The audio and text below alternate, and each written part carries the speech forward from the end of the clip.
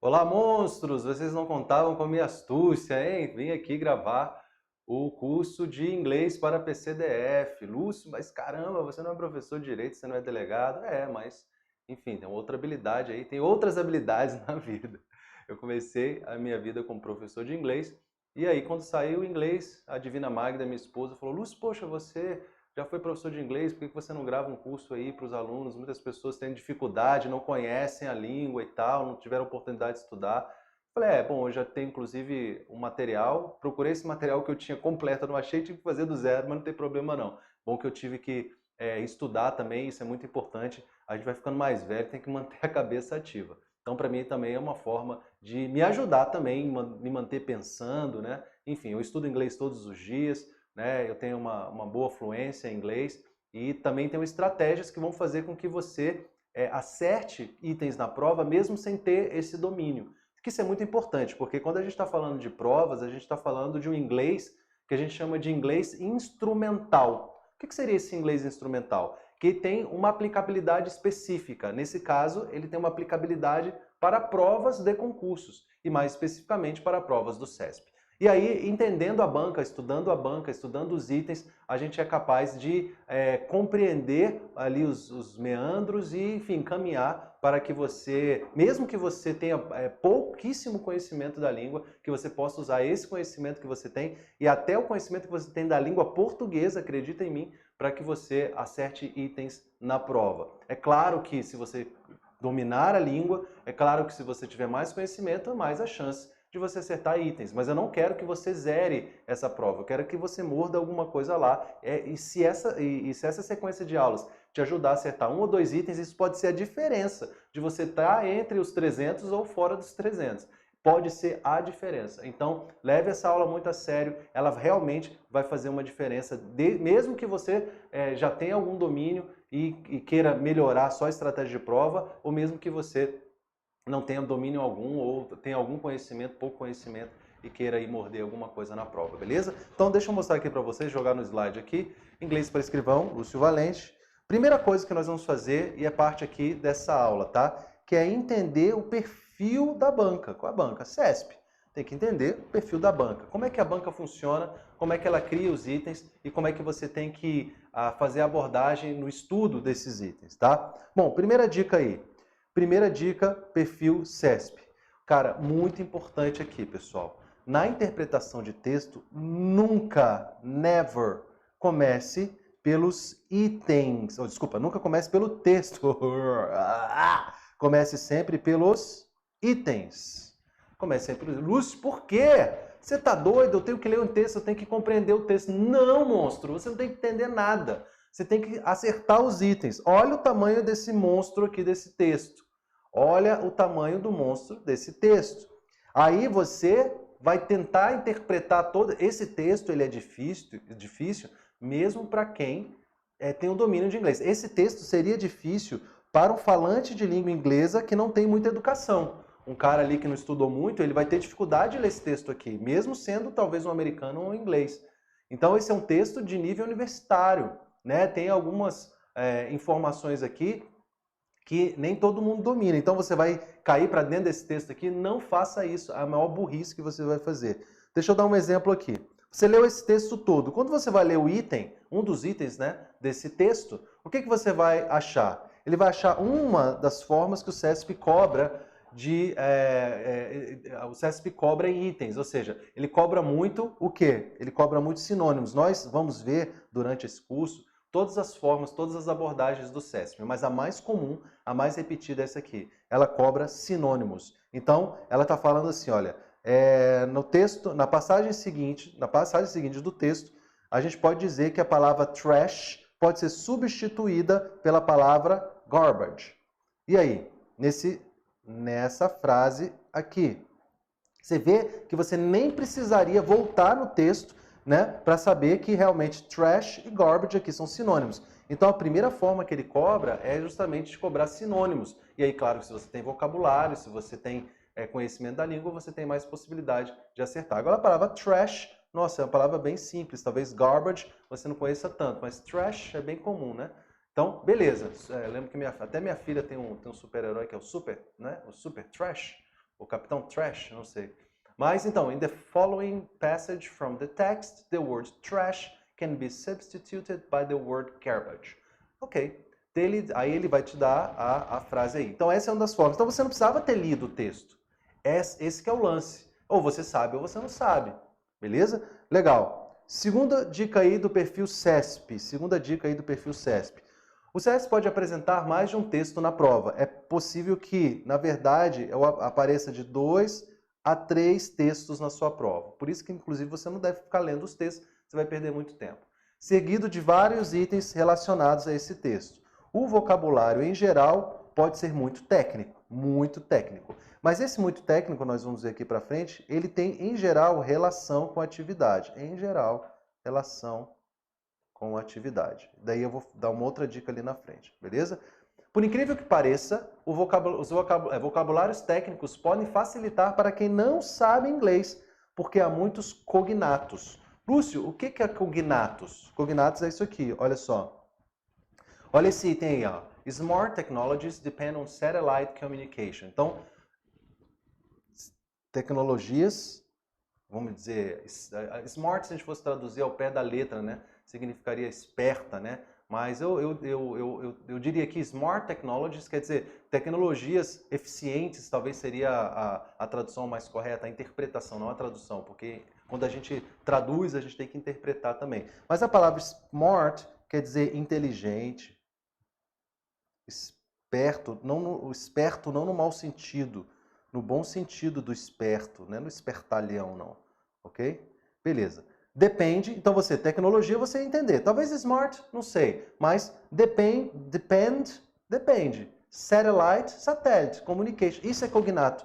O que é cognato, meus amigos? Cognato é quando você tem uma palavra em outra língua que tem uma semelhança na escrita e às vezes, muitas vezes também na pronúncia com outras palavras, porque geralmente tem raízes iguais, né? Às vezes vem tem a mesma raiz de origem da palavra, de etimologia. Então, Smart Technologies depend on satellite communication. Então, você sabe que isso aqui é uma frase, até certo ponto, técnica, que está falando negócio de tecnologia, mas aqui dessas palavrinhas aqui, quase todas você saberia apenas por ler. Você não precisa saber a pronúncia, você não precisa falar technologies. Você pode falar tecnologias. Ah, isso aqui é tecnologia. Depende de quê? De comunicação por satélite. Lembrando que em inglês, quando você adjetiva, geralmente o adjetivo vem depois do substantivo.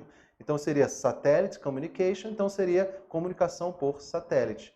Então, tecnologias eficientes ou inteligentes depende de comunicação por satélites.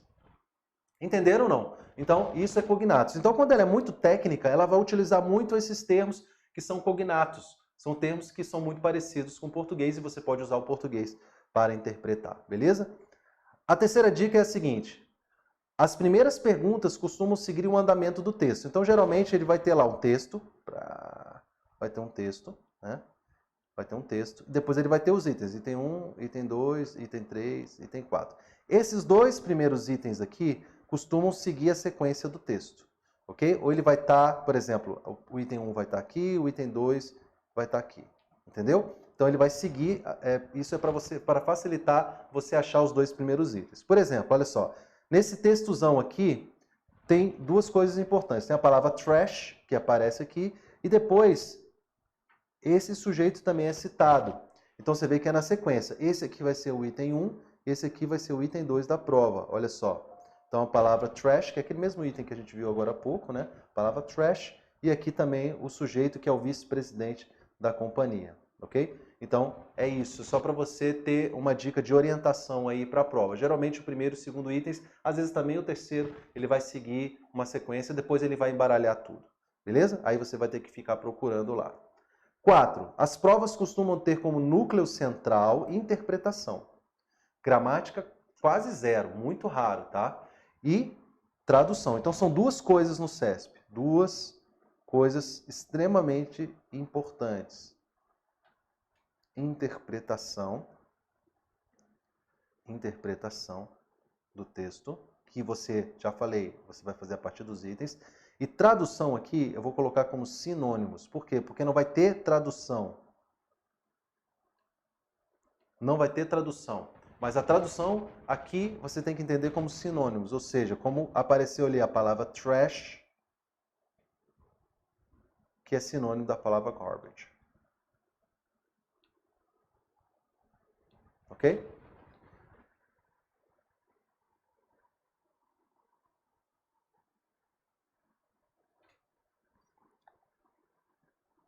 Só voltar aqui um pouquinho. Então, as provas costumam ser lidadas. Você deve dominar os termos técnicos. Então, essa é outra informação. Essa é a primeira informação aqui. Do cargo pretendido em outra língua, pois a prova costuma tratar de tópicos relacionados ao cargo. Então, outra informação importante é que você tem que começar a estudar lista de palavras. Então, olha só a dica aqui. Estude. Inclusive, durante aqui nosso curso, nós vamos estudar várias delas. Estude lista de palavras. Estude lista de palavras relacionado à segurança pública. Segurança pública. É importante, porque com certeza vai ter texto de segurança pública. Por exemplo, ó, esses termos aqui, você saberia? Misdemeanor, pickpocket, witness and perpetrator. Você saberia isso aqui? Isso aqui seria uma infração menor, a gente poderia traduzir entre aspas como uma contravenção. Ok? Contravenção. Pickpocket é batedor de carteira. Batedor de carteira. Witness seria testemunha. E perpetrator seria o autor. Então, presta atenção. São termos que são utilizados em muitos textos. Muitos textos. Então é legal, você vai no Google, velho. Pô, fala sério, vai lá no Google mesmo, dá um Google e coloca lá, olha, police terms. Ou você pode colocar em português, termos policiais, termos em inglês, policiais, termos policiais em inglês, vai procurando. Aí você vai achar essas palavras, você vai estudando, né? Para você, se cair essa palavra misdemeanor, você vai saber que é tipo uma infração menor, tipo como se fosse uma contravenção, ok? Então é isso. Legal. Dica 5. Entenda os tipos de item do CESP, eles sempre se repetem. Lembra quando eu falei ali das duas possibilidades? Ou vai ser a interpretação do texto, ou vai ser os sinônimos, o de sinônimo. Olha, eu vou dar exemplos aqui para você. Olha, o primeiro exemplo. Peguei duas provas diferentes do CESP, inclusive de anos diferentes, e coloquei aqui, olha, aquele texto que nós já vimos, né? In the following passage from the text, ou seja, na seguinte passagem do texto, a palavra, the word trash, can be substituted, presta atenção nesses termos. Substituted. O que significa isso, gente? Pega do português. A palavra trash pode ser substituída pela palavra garbage. Então, substituída significa sinônimo. Então, aqui, substituída significa elas podem ser substituídas, podem ser trocadas uma pela outra. Então, isso seria um sinônimo. Ok? Esse item é correto. Olha só, aí ele aparece outro termo aqui, ó. E outra prova, ele vai usar o mesmo sistema. Ó. The word undisputed may be replaced. Aqui a palavra substituted aparece aqui como replaced. Daí esses termos, eles não vão variar muito. Às vezes ele vai usar substituted, replaced, e aí você vai aprendendo fazendo as questões. Aqui também, substituted e replaced significa a mesma coisa, substituir. Então, the word undisputed, geralmente essas palavras, elas vêm já entre aspas. Quando você enxergar uma aspa, provavelmente vai ser de sinônimo. Uma dica aí bem interessante para vocês. Você olhou lá o item, tem uma aspa, aí você já procura essas palavras aqui, ó, substituted, replaced, que você provavelmente está perguntando sinônimo. Então, a palavra undisputed pode ser substituída, pode ser trocada pela palavra unquestioned. É verdade. Unquestioned. Eu lembro até que nas lutas aí, né, de UFC, eu gosto muito de UFC, o Chris Buffer, quando ele vai apresentar lá os lutadores, ele fala o campeão, né, the champion, the undisputed champion, ou seja, o campeão inquestionável. Então aqui seria undisputed, seria inquestionável.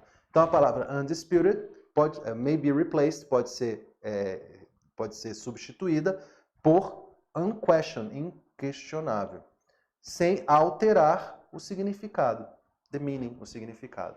ok? Então você nem precisava saber ler o item todo, você não precisava. Você entendeu aqui, viu a aspinha, opa, provavelmente é sinônimo. Encontrou a palavra que ele está dizendo que é sinônimo, se você souber que é a palavra undisputed, você sabe que é a palavra unquestioned, ok?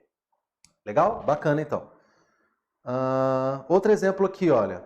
Aqui é o exemplo de quando ele vai inferir alguma coisa. É muito comum esse item aqui no CESP também.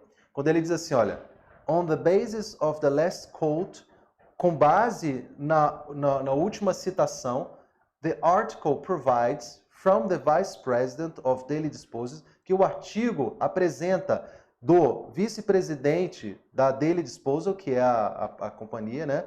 Você pode inferir que a companhia não investiu em qualquer outra iniciativa para diminuir o impacto negativo no meio ambiente.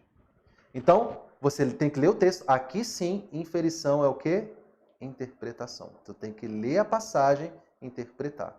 Então você vai ter que ler o que o cara disse e tentar interpretar. Se você pode inferir que a empresa não está investindo lá nos impactos, para diminuir os impactos negativos no meio ambiente. Legal? Ela pode aparecer e aí a palavra infer vai te dizer isso.